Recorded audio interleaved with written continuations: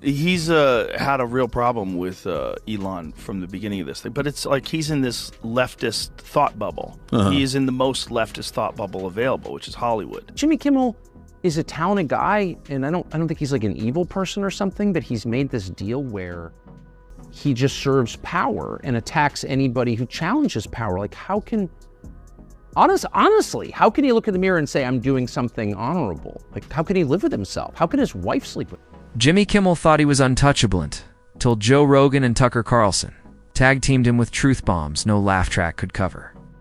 One minute, he's smugly tossing out jokes like he's bulletproof. The next, he's getting rocked by two guys who don't pull punches or hand out Hollywood hall passes. Comedians who, and this is why so much of comedy is not funny today. It's my chief criticism of like late night comedy, which I find unwatchable. I think it's totally unwatchable. But also contemptible. I mean, they're collaborators. They're just like the fact checkers, they're guardians of the narrative. Joe Rogan didn't pull a single punch. He called out the garbage, spotlighted the hypocrisy, and went full throttle on the circus late night TV has become. Meanwhile, Tucker Carlson sat back with that signature grin, like it was Christmas morning. And Jimmy Kimmel was the gift that just kept unraveling. Kimmel spiraled, realizing too late that the laughter echoing around him wasn't with him anymore. It was at him. This wasn't a roast. This was a reckoning. Scorched earth. No mercy. Reality check served cold. And let's be honest, there's a twisted satisfaction in watching a smug, holier-than-thou host finally choke on his own sanctimony, especially when the takedown comes from two men who don't even speak to each other, yet still manage to land blow after blow in perfect sync. Think about it. On one side, Joe Rogan, XMA commentator turned podcast powerhouse. It's built on dismantling media BS. On the other, Tucker Carlson, cable disruptor who walked out of Fox News without blinking. And there, stuck in the middle, is Kimmel flailing like someone's awkward uncle at Coachella, trying to prove he understands TikTok culture. Embarrassing doesn't even cover it. And the best part, they didn't even break a sweat. Kimmel got humbled by two guys playing different games who just happened to aim at the same target. There's not a chance in hell that this is funny or gonna work. And when you see those flat, corny, late-night monologue jokes with no audience, Colbert, there's Jimmy Kimmel, there's Fallon. What they're doing is just like reading off of a teleprompter. So a bunch of really good joke writers wrote them some stuff, and then they're playing to the audience, and the audience is like laughing, so they get this feedback, and they know how to do that. They stand there, and there's applause signs, and then there's producers. There's the warm-up guy that's literally telling people to clap. They're like, okay, explain to the people. Yeah. Okay, when Jimmy comes out, I want a big round of applause. Let's practice this right now. This saga didn't crash in with fireworks. It crept in quiet like a thunderstorm Jimmy Kimmel never even saw coming. It's no warning, no radar blip. But when it hit, it flattened him. No boom, just a long, tired whimper. A few stale, reheated jokes. Stitched together by a writer's room that clearly stopped caring the moment Trump left office, what once passed for sharp comedy had devolved into a 5-minute therapy session for liberals, dressed up in punchlines and pumped full of studio. Applause, the mighty late-night monologue? It's now a TED Talk with a laugh track, comfort blanket for coastal elites who want to be gently reminded they're always right. No risk, no bite, just room temperature barbs served at the Hollywood cocktail circuit. Rogan and Tucker Carlson, and the beauty is, they didn't even have to team up. Hell, they barely had to lift a finger. Kimmel's smug, hollow comedy was already decomposing in the fridge. All Rogan and Carlson did was light the match. First came Rogan, the man who built a media empire not on scripts or suits, but on sprawling, unscripted 3-hour conversations with everyone from scientists to UFC, legends to tinfoil hot truthers who swear Bigfoot's leasing property in Montana. No teleprompters, no filters, just raw talk. And tucked between a DMT theory and a rant about foot-shaped shoes, Rogan calmly shredded the state of modern comedy. No names needed when you describe a washed-up TV host clinging to political zingers. Written by interns and passing it off as rebellious satire, everyone knows who you mean. Rogan's takedown didn't explode. It whispered sly, smooth, sharp, like a dagger dipped in honey. He wasn't angry. He was tired. Tired of the fake, the formulaic, the robotic grins sprayed across late-night desks. What Rogan champions is something real. It's comedy that's risky, unpolished, willing to offend. Something human. That's why it still connects. And that's why Jimmy Kimmel's era of smug, sanctimonious safe-zoning isn't just outdated, it's already over. If his job wasn't to be a comedian and to do that, but his job is to be he's supposed to be funny. And comedians are supposed to hold people in positions of power accountable. Suck up Yeah. to the people in charge. Exactly. He's their Praetorian guard. Yeah. And it's like the self-hatred he must feel, because he wasn't always, that's my point. Yeah. I mean, Colbert has always been a hard partisan, talented guy, but obviously he's not a comedian. But Kimmel was a comedian. Like, how does he, I don't understand. I don't know how he can sleep. He might buy into the narrative to the extent that he thinks it's morally wrong to joke about these certain topics. But it's not just that. He's like pouring hot oil on the peasants from the parapet. Jimmy Kimmel's still out here pretending that lobbing limp Trump jokes is some kind of brave stand, while Joe Rogan continues showing the world what real, unfiltered honesty sounds like. Kimmel's comedy, safe, sanitized sarcasm, pre-chewed, and polished for an audience conditioned to clap on cue like Pavlov's pets under studio lights. If Rogan's podcast is the Wild West of free thought, Kimmel's show is a Disney cruise in a hazmat suit trapped in hand sanitizer, sterilized, for corporate safety, and blessed by Hollywood focus groups. And here's the hit that actually lands: Rogan. The guy legacy media tried to cancel for daring to ask uncomfortable questions during the pandemic now racks up 11 million downloads per episode. Meanwhile, Kimmel's viewership is vanishing faster than a dinghy in shark-infested waters. The data doesn't lie, people are done with the fake. Kimmel tosses smug one-liners in a tux. Rogan shrugs in a hoodie and cashes a $200 million Spotify check. That contrast cuts deep.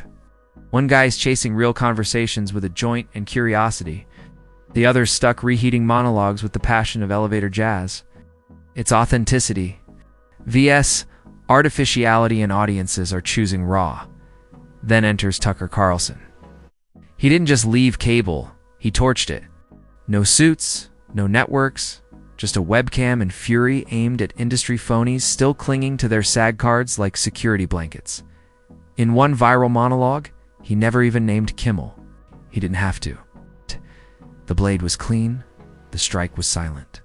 Tucker carved through late-night pretension like a hot chainsaw through vegan tofustetti, smiling and clearly enjoying the takedown. Like, he's hurting anyone who challenges the king. It's crazy. It is crazy. It's upside down. The comedians should be poking holes in the popular narrative, not propping it up. Jimmy Kimmel is. Like, truly. No, I mean it. You said it, not me. No amount of money is worth what he's doing, in my opinion. Yeah, but it's how they control speech and thought. If your worldview is incoherent and impossible to defend rationally, yes, then you have to insulate it from criticism. And what's the most effective kind of criticism there is? I think it's mockery, which exposes foolishness for what it is. So it makes perfect sense. While Jimmy Kimmel hides behind punchlines like a kid clutching a couch cushion, Tucker Carlson strolls in, drops a quiet truth bomb, and walks off humming the national anthem. In that silence, measured, deliberate, void of insult landed. Harder than any late-night monologue ever could. Carlson didn't name names. He didn't need to. He dismantled the archetype. The smug host who masks elitism with fake humility. Studio lighting and a smirk timed to the teleprompter. He nailed it. Today's late-night comedians aren't provocateurs, they're glorified mouthpieces. Reciting jokes written by committee, stamped for approval by AD buyers and PR departments before they ever reach air. It's not about being funny anymore. It's about being useful to the industry, to the narrative, to the donors. What once passed for satire now plays like a 2 a.m. pharmaceutical infomercial. Kimmel used to chase edgy. He plays warm-up at a CDC banquet, lobbing softballs dressed as rebellion. Meanwhile, Tucker's audience ballooned not because he screamed louder, but because he spoke without a leash. No laugh track, no studio applause, just raw critique served straight, no chaser. And here's the beauty of it. Rogan and Carlson didn't even coordinate. No secret by M's, no shared mission. Just two men pointing flashlights into the same dusty corner of Hollywood where Kimmel was still tap dancing like a washed-up lounge act, soaked in ego and outdated applause lines. Rogan mocked. The absurdity? Tucker dissected it with surgical precision. Without even a nod to each other, they pulled off one of the most devastating takedowns of media phoniness in recent memory. The saddest part. Kimmel didn't have to end up like this. He could have. Stayed sharp, he could have stayed real. But instead, he chose safe. And safe never leaves a mark.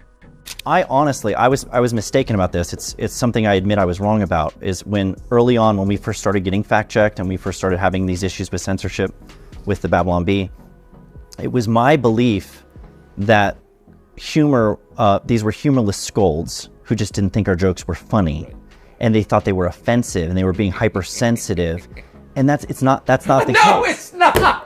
You're going through the stages of realization The here. stages of realization. I eventually learned and came to realize that it's not humor. Humor is a vehicle for truth delivery. They don't like the fact that the narrative is being challenged in a way that's effective, and so they have to shut you up.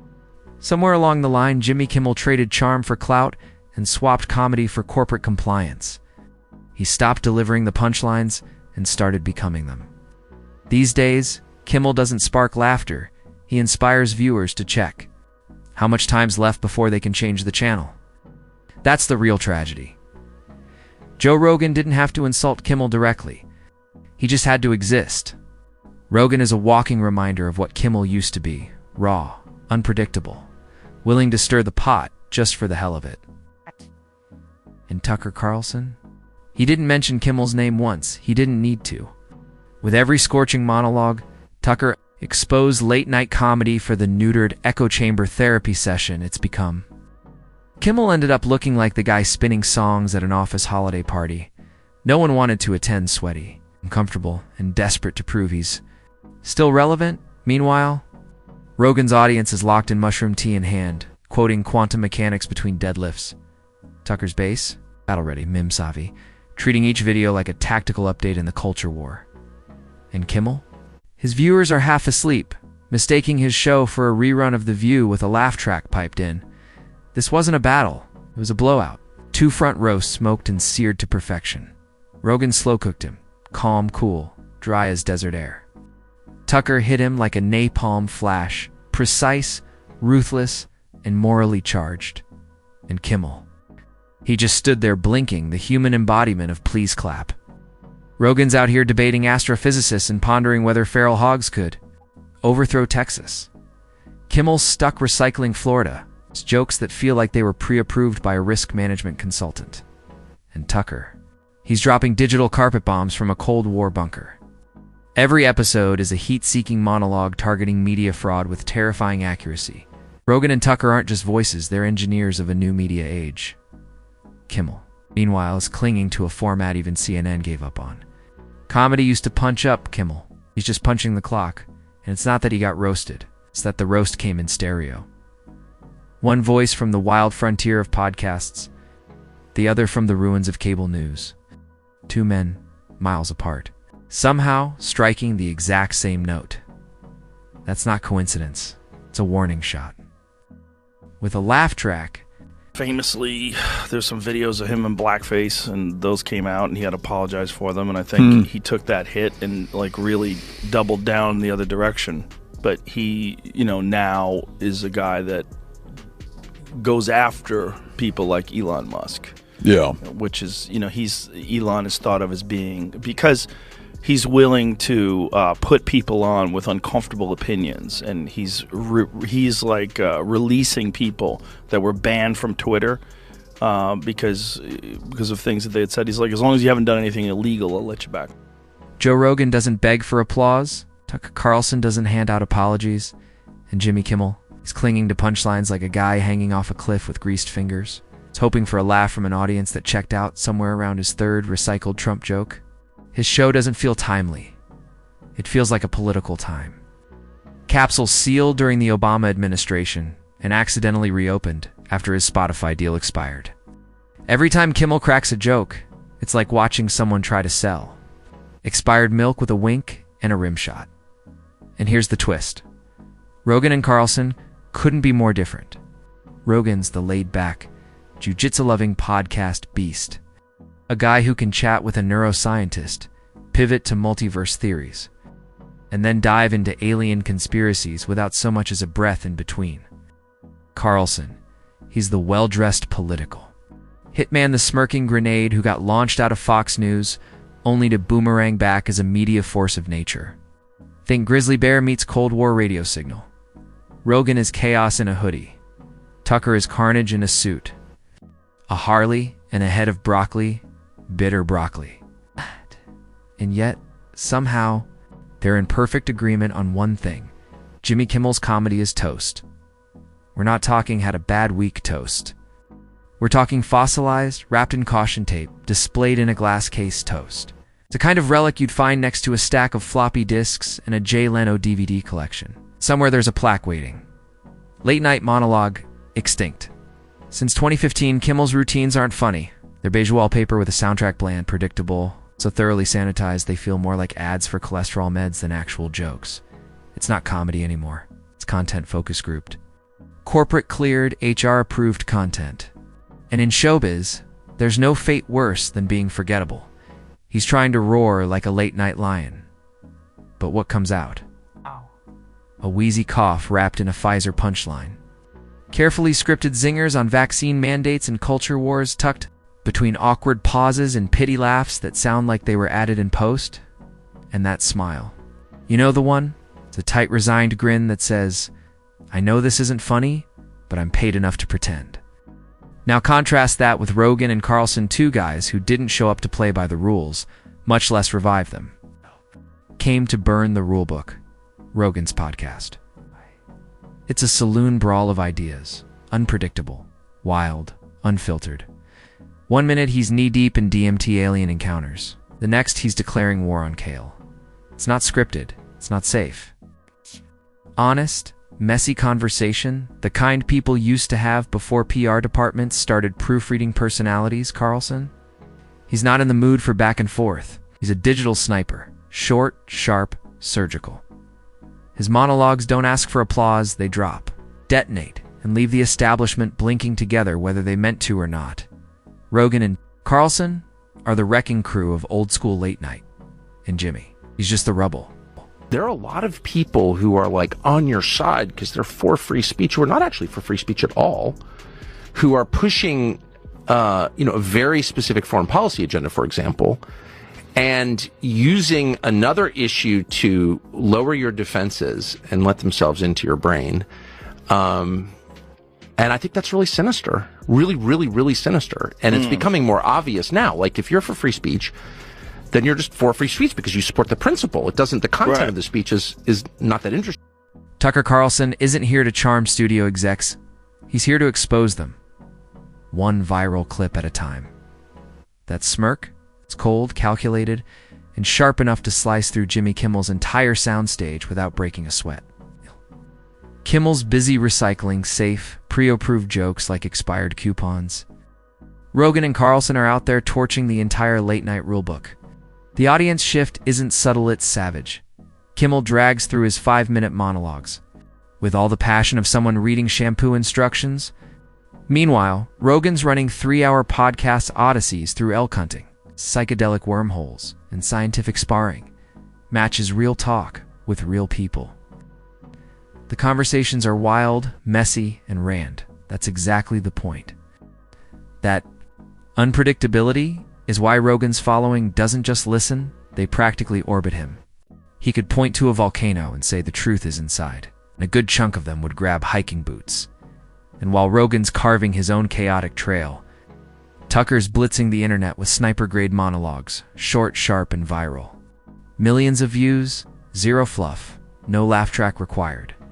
Meanwhile, Kimmel's still limping through lukewarm material on masks, mandates, and whatever's trending on Twitter 48 hours too late. His audience isn't laughing, they're either asleep or already. I'll switch to something with actual teeth. Kimmel's monologues feel like guilt trips. Us. Dressed up as jokes, corporate-approved sermons with a punchline tacked on. He's the rotary. Phone in a 5G world, nostalgic maybe, Useful? Not a chance. But here's the kicker: Kimmel didn't just drift into irrelevance. Crash landed into it, sneering at Americans who dared question official narratives, then acting stunned when they tuned out. That's like mocking your gym buddy for skipping leg day, only to faceplant 5 minutes into your own workout. And then, unbelievably, he tried to swing at Rogan, the one guy in media whose armor is made of elk jerky and don't care. That roast. It backfired harder than a TikTok fireworks challenge in a kiddie pool. The irony. Chef's kiss.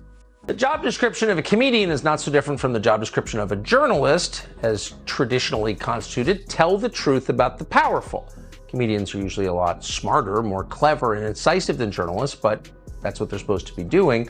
Almost none still do. Adam Carolla is one of the very few remaining comedians in the United States. He's out with a new book called Everything Reminds Me. Jimmy Kimmel's sharpest insult didn't even land it. It wasn't fresh, it wasn't clever, and it wasn't his. It sounded like a hand-me-down zinger from a worn-out writer's room, clinging to the last threads of cultural relevance. Watered-down sarcasm, microwaved, and served lukewarm for the 50th time. Meanwhile, Joe Rogan didn't clap back with jokes. Came armed with receipts. Calm, surgical, brutal. He pointed out the obvious. Kimmel doesn't do research. He reads from cue cards while the fact-checkers snooze. Spoiler alert, Rogan brings. On real doctors, scientists, thinkers, people with credentials and courage, Kimmel. He books actors promoting a movie about a talking dog. That's not a punchline. That's the punch. And let's not forget when Kimmel smugly tried to clown Tucker. Carlson, for getting fired from Fox News, thought he landed the knockout. But Tucker went full Phoenix shed. The corporate muzzle took his voice directly to social media and exploded. Bigger platform, louder voice, and more cultural shrapnel than anything Kimmel's mustered since he was doing prank calls on the Man Show. It was like watching a toddler try to dunk on LeBron Lee to get blocked, bodied, and posterized. Here's the real twist. Rogan and Tucker cracked the code. They adapted. They evolved. They took control. Rogan built a media empire out of a mic, a garage, and conversations raw enough to build a loyal tribe of misfits, thinkers, and wanderers.